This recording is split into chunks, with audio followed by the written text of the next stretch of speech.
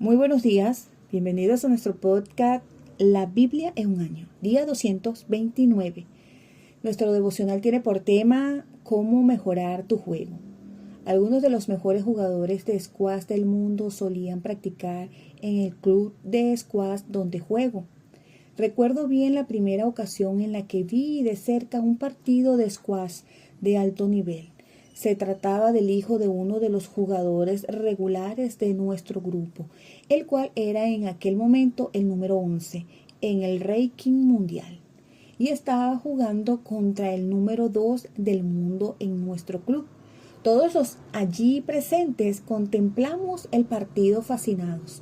Nunca habíamos visto nada parecido. De hecho, el squash al que nosotros jugábamos debería ser llamado de otra manera. Verlos jugar siempre hacía que nuestro juego mejorara. De repente nos dimos cuenta de que es posible devolver prácticamente cualquier golpe servido por tu oponente. Por más bueno que sea, vimos lo importante que era regresar a la mitad de la pista después de cada golpe. Observamos lo profundamente que golpeaba la bola y nos dimos cuenta de que golpes evitaban jugar. Cuando después de verlos jugar fuimos a la pista, nos sorprendimos de lo bien que jugábamos. Por supuesto, ni de lejos nos aproximamos a jugar la mitad de bien que ellos, pero inspirados por su ejemplo, jugábamos mucho mejor de lo habitual. Durante mi vida cristiana me he encontrado con el mismo patrón. Por ejemplo, tuve el privilegio de trabajar para Sandy Miller durante 19 años. Siempre me sentí inspirado por su ejemplo. Al ver su vida y oír su predicación, aunque pueda que no nos sea posible alcanzar el nivel de aquellos que son ejemplo para nosotros, al menos es de esperar que nos inspiren para mejorar nuestro juego. Un cristiano es alguien que cree en Jesús, pone su fe en Él, lo conoce y vive en Cristo. También es alguien que sigue su ejemplo. No hay mayor ejemplo en la historia de la humanidad que el de Cristo. Pablo escribe: sigan ustedes mi ejemplo como yo sigo el ejemplo de Cristo. Se puede apreciar en 1 Corintios capítulo 11 versículo 1. Acompáñame a leer Proverbios capítulo 20 versículos del 5 al 14. La estaré leyendo en la versión NBI, en la nueva versión internacional. Proverbios 20 versículo 5. El propósito humano es como aguas profundas. El que es inteligente lo descubrirá. Son muchos los que proclaman su lealtad, pero ¿quién puede hallar a alguien digno de confianza? Justo es quien lleva una vida sin tacha. Dichosos sus hijos después de él. Cuando el rey se sienta en el tribunal, con su sola mirada barre toda la maldad. ¿Quién puede afirmar: tengo puro el corazón, estoy limpio de pecado? Pesas falsas y medidas engañosas, vaya pareja que el Señor detesta. Por sus hechos el niño deja entrever si su conducta será pura y recta. Los oídos para oír y los ojos para ver. El Señor los ha creado a los dos. No te des al sueño o te quedarás pobre. Mantente despierto y tendrás pan de sobra. No sirve, dice el comprador, pero luego va y se jacta de su compra. Punto 1. El ejemplo de tu vida. La manera en la que vives afecta a los demás. Igual que ves a otros como ejemplo, los demás te miran como ejemplo. Es algo que ocurre, te guste o no. El mejor ejemplo de esto es el caso de los padres y los hijos. Me he dado cuenta de cómo parece que he heredado muchas de las excentricidades de mi padre. Por supuesto, los padres dan ejemplo también en cosas más serias. Justo es quien lleva una vida sin tacha. Dichosos los hijos que sigan su ejemplo, se pudo apreciar en el versículo 7. Los padres que tienen una vida íntegra traen gran bendición a sus hijos. Billy Graham dijo, la integridad es el pegamento que sostiene nuestra manera de vivir como un todo. Debemos luchar siempre por mantener intacta nuestra integridad. Cuando se pierde la riqueza, nada se pierde. Cuando se pierde la salud, algo se pierde, pero cuando se pierde el carácter, la integridad, todo se pierde. Nadie ha vivido jamás una vida perfecta, excepto Jesús. ¿Quién puede afirmar, tengo puro el corazón, estoy limpio de pecado? Versículo 9 se pudo apreciar. A pesar de esto, todos podemos buscar llevar una vida que sea un buen ejemplo. Los padres tienen que demostrarse fidelidad entre ellos, tratándose con paciencia y respeto, solventando los desacuerdos con generosidad, apoyándose mutuamente en los momentos duros y no dejándose arrastrar hacia relaciones inapropiadas con otras personas. Son muchos los que proclaman su lealtad, pero ¿quién puede hallar a alguien digno de confianza? Se puede apreciar en el versículo 6. Otra área en la que podemos ser un ejemplo es en aflorar los pensamientos de otras personas. Como aguas profundas es el propósito en el corazón del hombre, pero el hombre de entendimiento logrará extraerlo. Se puede apreciar en el versículo 5 en la versión Reina Valera del 2015. Suelo acordarme de este versículo en el contexto de los grupos pequeños de alfa, donde el anfitrión ayuda a sacar a la luz los pensamientos de la gente de su grupo. Ese es el arte de ser un buen facilitador de conversaciones. La habilidad del entrevistador es una tarea de extrema importancia para los padres con sus hijos, así como para los amigos entre sí. Hay una gran profundidad en cada ser humano. La habilidad consiste en hacer aflorar esas profundidades. Acompáñame a orar. Señor, ayúdanos a vivir una vida que sea buena y que sea un buen ejemplo para los demás. Ayúdanos a demostrar pureza, fidelidad y dedicación. Ayúdanos, Señor, a que con nuestro ejemplo, tanto en lo público como en lo privado y en lo íntimo, Señor, sea siempre, Señor, dedicada a hacerlo, Señor amado, con fidelidad ante ti. Que nuestro ejemplo, Señor amado, pueda ser el de Cristo, Señor. Que nosotros podamos, Señor, mantener fielmente, Señor, la pureza, la fidelidad y la dedicación en nosotros, Señor. Amén. Vamos a estar leyendo el segundo versículo bíblico, 1 de Corintios, capítulos 10 al capítulo 11. 1 de Corintios, capítulo 10, versículos 14. Por tanto, mis queridos hermanos, huyan de la idolatría. Me dirijo a personas sensatas. Juzguen ustedes mismos lo que digo. Esa copa de bendición por la cual damos gracias no significa que entramos en comunión con la sangre de Cristo. Ese pan que partimos no significa que entramos en comunión con el cuerpo de Cristo. Hay un solo pan del cual todos participamos. Por eso, aunque somos muchos, formamos un solo cuerpo. Consideren al pueblo de Israel. ¿No entran en comunión con el altar los que comen de los sacrificados? ¿Qué quiero decir con esta comparación? ¿Que el sacrificio que los no judíos ofrecen a los ídolos sea algo o que el ídolo mismo sea algo? No, sino que cuando ellos ofrecen sacrificios, lo hacen para los demonios, no para Dios. Y no quiero que ustedes entren en comunión con los demonios. No pueden beber de la copa del Señor y también de la copa de los demonios. No pueden participar de la mesa del Señor y también de la mesa de los demonios. ¿O vamos a provocar celos al Señor? ¿Somos acaso más fuertes que Él? Todo está permitido, pero no todo me es provechoso. Todo está permitido, pero no todo es constructivo. Que nadie busque sus propios intereses, sino los del prójimo. Coman de todo lo que se vende en la carnicería, sin preguntar nada por motivos de conciencia, porque del Señor es la tierra y todo cuanto hay en ella. Si algún incrédulo los invita a comer y ustedes aceptan la invitación, coman de todo lo que sirvan sin preguntar nada por motivo de conciencia. Ahora bien, si alguien les dice, esto ha sido ofrecido en sacrificio a los ídolos, entonces no lo coman, por consideración al que se lo mencionó y por motivos de conciencia. Me refiero a la conciencia del otro, no a la de ustedes, porque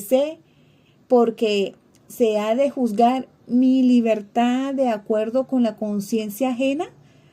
Si con gratitud participo de la comida, ¿me van a condenar por comer algo por lo cual doy gracias a Dios? En conclusión, ya sea que coman o beban o hagan cualquier otra cosa, háganlo todo para la gloria de Dios. No hagan tropezar a nadie, ni a judíos, ni a los que no son judíos, ni a la iglesia de Dios. Hagan como yo, que procuro agradar a todos en todo. No busco mis propios intereses, sino los de los demás para que sean salvos. Primera de Corintios 11, versículo 1. Imítenme así como yo imito a Cristo. Amén. Punto 2. El ejemplo de Pablo. El experto en liderazgo John Maxwell escribe: la gente hace lo que ve. Cuanto más escuchan y ven a su líder ser consecuente de palabra y de obra, mayor es la fidelidad de los seguidores. Y lo consecuentes que son, entienden lo que ven y creen en lo que ven. Pablo escribe con la que parece una gran audacia. Sigan ustedes mi ejemplo, como yo sigo el ejemplo de Cristo. Se pudo apreciar en el capítulo 11, versículo 1, en la versión de Dios habla hoy. La primera mitad de la frase depende de la segunda mitad. El ejemplo de Pablo solo merece la pena seguirse en la medida en la que él sigue a Cristo. Es audaz para decir y creer que lo hace ya solo eso es en sí mismo un ejemplo digno de ser seguido. Este versículo es la conclusión de una sección en la que ha urgido a los corintios diciéndoles, huyan de la idolatría. El capítulo 10, versículo 14 se pudo apreciar. Tienen que mantenerse puros, pues participan en el servicio de comunión del cuerpo y la sangre de Cristo. Se pudo apreciar en el versículo 16. Ese es el centro de su unidad. Un solo pan del cual todos participamos. Se pudo apreciar en el versículo 17. Esa copa de bendición por la cual damos gracias no significa que entramos en comunión con la sangre de Cristo. Ese pan que partimos no significa que entramos en comunión con el cuerpo de Cristo. Hay un solo pan del cual todos participamos. Por eso, aunque somos muchos, formamos un solo cuerpo, como dice el mensaje. No reducimos a Cristo a lo que somos, sino que Él nos eleva a lo que Él es. Bendito Dios. Se pudo apreciar en el versículo 17 de la versión El Mensaje. Aunque seamos libres, todo está permitido. Se pudo apreciar en el versículo 23. Tenemos que tener mucho cuidado con cómo actuamos, porque no todo es constructivo.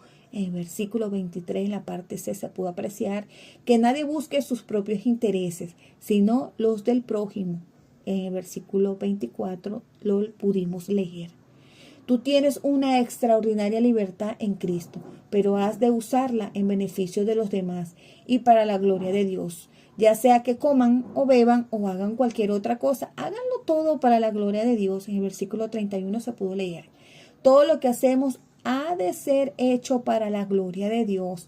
El propósito final de tu vida debería ser usar tu libertad para buscar la gloria de Dios y el bien de los demás. Así es como el apóstol Pablo vivió su vida, intentando a la vez agradar a todos en todo.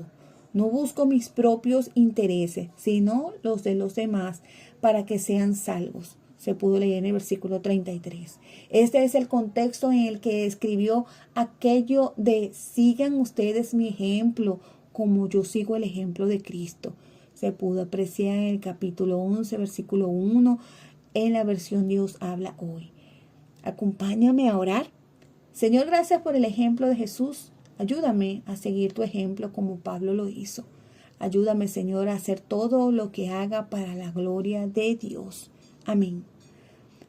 Vamos a estar leyendo el tercer texto bíblico en Segunda de Crónicas, capítulo 5 al capítulo 7. Segunda de Crónicas, capítulo 5, versículo 2. Entonces Salomón mandó que los jefes de Israel, todos los jefes de las tribus y los patriarcas de las familias israelitas, se congregaran en Jerusalén para trasladar el arca del pacto del Señor desde Sión, la ciudad de David. Así que durante la fiesta del mes séptimo, todos los israelitas se congregaron ante el rey. Cuando llegaron todos los jefes de Israel, los levitas alzaron el arca. Entonces los sacerdotes levitas trasladaron el arca junto con la tienda de reunión y con todos los utensilios sagrados que había en ella. El rey Salomón y toda la asamblea de Israel, reunida delante del arca, sacrificaron ovejas y bueyes en tal cantidad que fue imposible llevar la cuenta. Luego los sacerdotes llevaron el arca del pacto del Señor a su lugar en el santuario interior del templo, que es el lugar santísimo, y la pusieron bajo las alas de los querubines. Con sus alas extendidas sobre ese lugar, los querubines cubrían el arca y sus varas. Las varas eran tan largas que sus extremos se podían ver desde el arca delante del lugar santísimo, aunque no desde afuera, y ahí han permanecido hasta hoy. En el arca solo estaban las 2 tablas que Moisés había colocado en ella en Horeb, donde el Señor hizo un pacto con los israelitas cuando salieron de Egipto. Los sacerdotes se retiraron del lugar santo. Todos los sacerdotes allí presentes, sin distinción de clase, se habían consagrado. Todos los levitas, cantores, es decir, Asaf, Emán, Jedutún, sus hijos y sus parientes, estaban de pie en el lado este del altar, vestidos de lino fino y con címbalos, liras y arpas. Junto a ellos estaban 120 sacerdotes que tocaban la trompeta. Los trompetistas y los cantores alababan y daban gracias al Señor al son de trompetas, címbalos y otros instrumentos musicales. Y cuando tocaron y cantaron al unísono, Él es bueno, su gran amor perdura para siempre. Una nube cubrió el templo del Señor. Por causa de la nube, los sacerdotes no pudieron celebrar el culto, pues la gloria del Señor había llenado el templo. Aleluya. Segunda de Crónicas, capítulo 6, versículo 1. Entonces Salomón declaró: Señor, tú has dicho que habitarías en la densa oscuridad de una nube, pero yo te he construido un excelso templo, un lugar donde habites para siempre.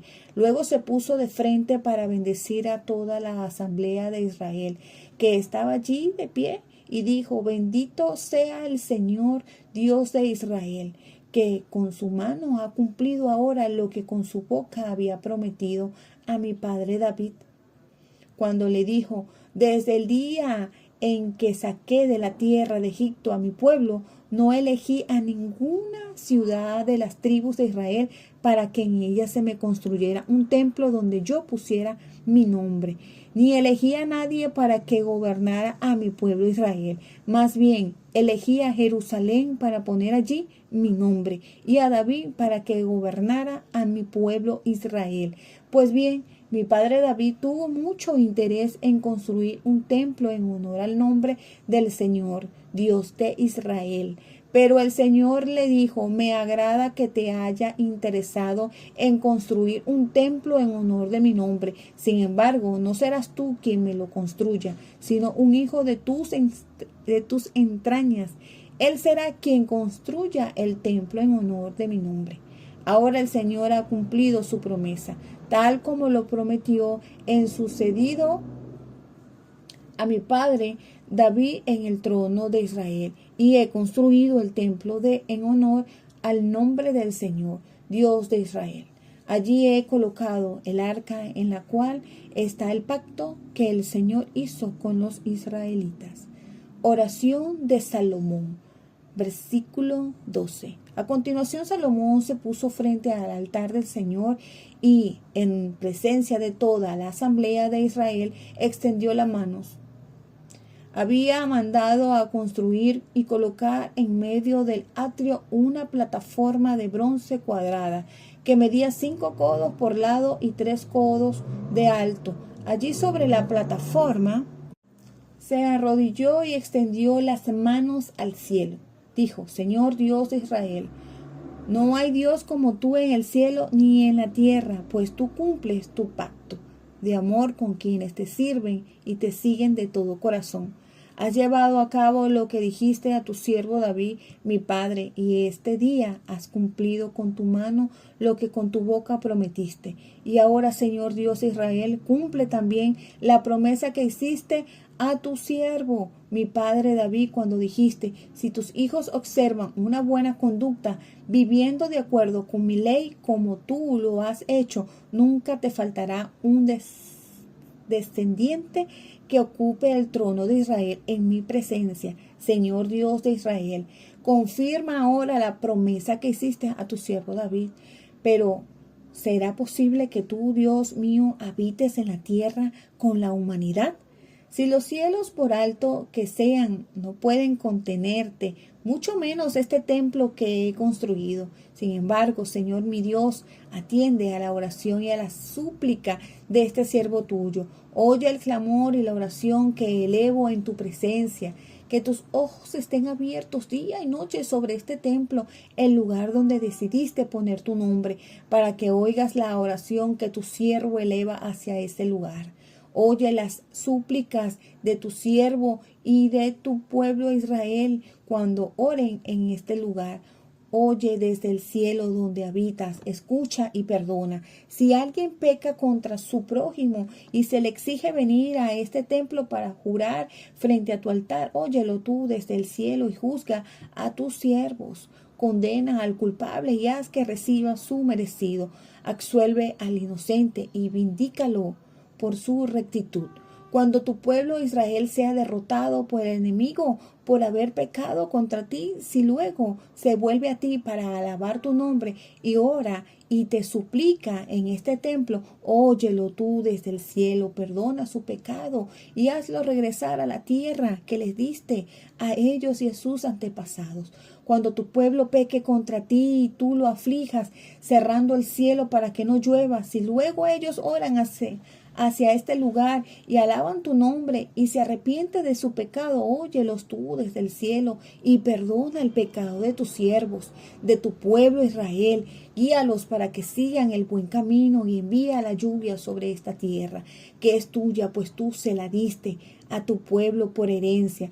Cuando en el país haya hambre, plaga, peste, langostas o saltamontes en los sembrados, cuando el enemigo sitie alguna de nuestras ciudades, en fin, cuando venga cualquier calamidad o enfermedad, si luego algún israelita consciente de sus penas y aflicciones extiende sus manos hacia este templo, ora y te suplica, óyelo tú desde el cielo, donde habitas y perdónalo. Trata a cada uno según su conducta, la cual tú conoces, puesto que solo tú escudriñas el corazón humano. Así todos tendremos temor de ti y andarán en tus caminos mientras viva en la tierra que diste a nuestros antepasados. Trata de igual manera al extranjero que no pertenece a tu pueblo Israel, pero que ha traído por tu gran fama y por tus despliegues de fuerza y poder, ha venido de lejanas tierras. Cuando ese extranjero venga y ore orientado hacia este templo, óyelo tú desde el cielo donde habitas y concédele cualquier petición que te haga. Así todos los pueblos de la tierra conocerán tu nombre y, al igual que tu pueblo Israel, tendrán temor de ti y comprenderán que este templo que he construido lleva tu nombre. Cuando saques a tu pueblo para combatir a sus enemigos, sea donde sea, si el pueblo ora a ti y dirige la mirada hacia ti, esta ciudad que has escogido hacia el templo que he construido en honor de tu nombre, oye tú desde el cielo su oración, su súplica y defiende su causa.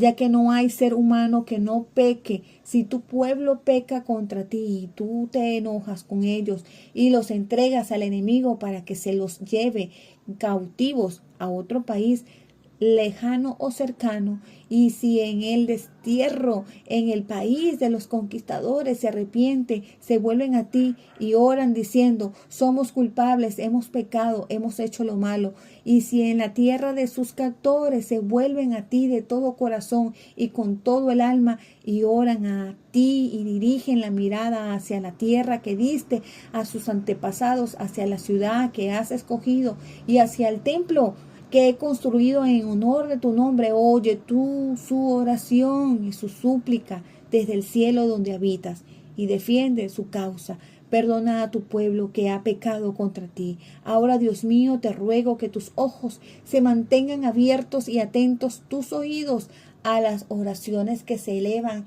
en este lugar. Levántate, Señor y Dios, y ven a tu lugar de reposo, tú y tu arca poderosa, Señor y Dios, que tus sacerdotes se revistan de salvación, que tus fieles se regocijen en tu bondad. Señor y Dios, no des la espalda a tu ungido. Recuerda tu amor fiel hacia David, tu siervo. Segunda de Crónicas, capítulo 7. Cuando Salomón terminó de orar, descendió fuego del cielo y consumió el holocausto y los sacrificios, y la gloria del Señor llenó el templo. Tan lleno de su gloria estaba el templo del Señor que los sacerdotes no podían entrar en él. Al ver los israelitas que el fuego descendía y que la gloria del Señor se posaba sobre el templo, cayeron de rodillas al piso y postrándose rostro en tierra, alabaron al Señor diciendo, Él es bueno, su gran amor perdura para siempre. Entonces el rey y todo el pueblo ofrecieron sacrificios en presencia del Señor. El rey Salomón ofreció 22,000 bueyes y 120,000 ovejas. Así fue como el rey y todo el pueblo dedicaron el templo de Dios. Los sacerdotes estaban de pie en sus puestos. Los levitas tocaban los instrumentos musicales que el rey David había hecho para alabar al Señor y con los cuales cantaba. Su gran amor perdura para siempre. Los sacerdotes tocaban las trompetas frente a los levitas y todo Israel permanecía de pie. Salomón también consagró la parte central del atrio que está frente al templo del Señor, y allí presentó los holocaustos y la grasa de los sacrificios de comunión, ya que en el altar de bronce que hizo Salomón no había espacio para los holocaustos, la grasa y las ofrendas de cereales. En aquella ocasión Salomón y todo Israel celebraron la fiesta durante 7 días. Era una asamblea inmensa a la que llegó gente de todas partes, desde Lebo Hamat hasta el torrente de Egipto. Al 8º día tuvieron una asamblea solemne porque habían celebrado la dedicación del altar durante 7 días y la fiesta durante 7 días más.